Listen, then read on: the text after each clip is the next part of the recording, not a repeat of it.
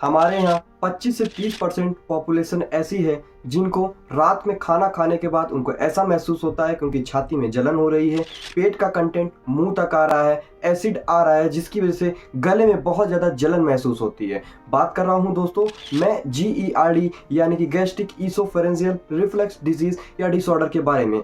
क्या होता है GERD, क्या इसके लक्षण हैं, तो आज हम लोग इस वीडियो में। नमस्कार दोस्तों, मैं डॉक्टर जयंत यादव स्वागत करता हूं आपको इस नई वीडियो में। आज हम लोग समझने वाले हैं GERD की। GERD दोस्तों या फिर एसिड रिफ्लेक्स भी कभी कभी इसको कहा जाता है। एसिड रिफ्लेक्स क्या होता है दोस्तों?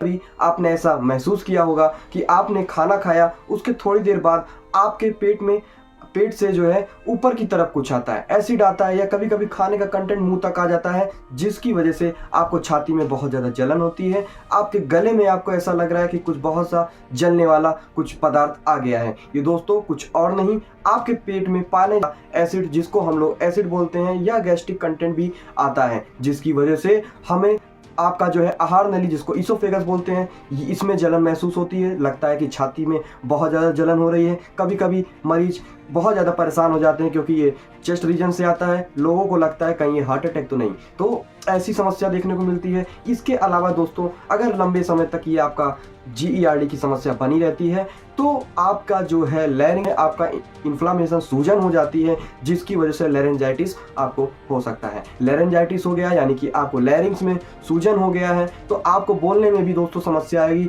आपकी जो आवाज़ है भारी हो जाएगी। ऐसा लगता है ERD की मरीजों को कि उनकी आवाज़ भारी हो गई है, गले में कुछ उनके फंसा हुआ है।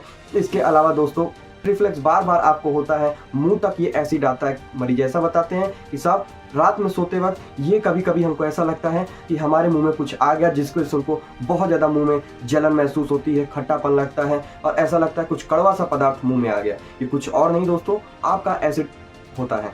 इसकी वजह से, क्योंकि ये एसिड है, हमारे पेट में जो पाए जाने वाला एसिड होता है, इसका दोस्तों pH, क्योंकि तेजाब की तरह होता है, pH इसका 1.5 से 3.5 के बीच में होता है। आप समझ सकते हैं कि अगर कोई चीज़ मुंह में आ रही है जिसका pH कम हो, जिसकी वजह से आपका जो दांत के ऊपर वाला इनेमल परत होती है ये धीरे धीरे हटने लगती है। क्योंकि एसिड है, पेट से आ रहा है, तो इस बार बार ये मुंह में आ रहा है रिफ्लेक्स, तो आपका दोस्तों मुंह से बैड स्मेल आना भी देखने को मिलता है। इसके अलावा दोस्तों अगर ये समस्या बनी रहती है, इसका आप इलाज नहीं करवाते हैं, तो रात में अगर बाई चांस आप कभी सो रहे हैं तो ये कंटेंट, क्योंकि इसकी आदत पड़ गई है, आपका जो है लोअर ईसोफेरेंजियल जो इंस्पेक्टर है वो धीरे धीरे लूज हो गया है। इसी आखिर क्यों रिफ्लेक्स हो रहा है? सबसे बड़ी समस्या ये होती है कि आखिर रिफ्लेक्स क्यों हुआ। इसके बहुत सारे कॉज हैं, जैसे कि अगर इंस्पेक्टर डायलेट हो गया है, आपका सही से रिलैक्सेशन नहीं हो पा रहा है, तो ये कंटेंट मुंह में आने लगता है, जिसकी वजह से अगर आप सो रहे हैं उस समय हुआ तो ये फेफड़ों में भी जा सकता है। आर्टरी निमोनिया भी ये कॉज कर सकता है। बात करें दोस्तों, ये तो थे इसके कुछ लक्षण।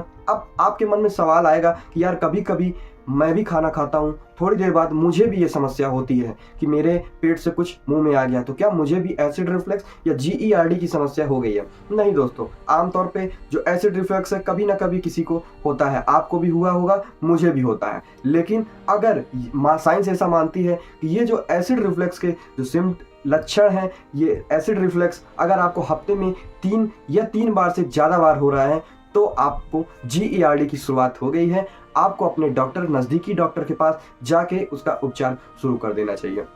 बात करेंगे इसके कारण की, तो दोस्तों इसके जो कॉजेस होते हैं, कारण होते हैं, ये बहुत सारे हैं। जैसे कि पहला कारण की मैं बात करूं, अगर लोअर ईसोफेरेंजियल जो इंस्पेक्टर है वो ढीला पड़ गया है, जिसकी वजह से जो खाना है वो मुंह में आना शुरू हो जाता है, तो भी आपको ये समस्या देखने को मिल सकती है। इसके अलावा कुछ ऐसे फूड होते हैं, फूड इन सेंस खाने पीने की चीज़ें, जिनसे ये रिफ्लेक्स जो है ट्रिगर होता है। बात करूं ऐसे लोग जो बहुत ज़्यादा स्मोकिंग करते हैं, सिगरेट का सेवन करते हैं, उनको एसिड रिफ्लेक्स होने का चांसेस बहुत ज़्यादा रहता है।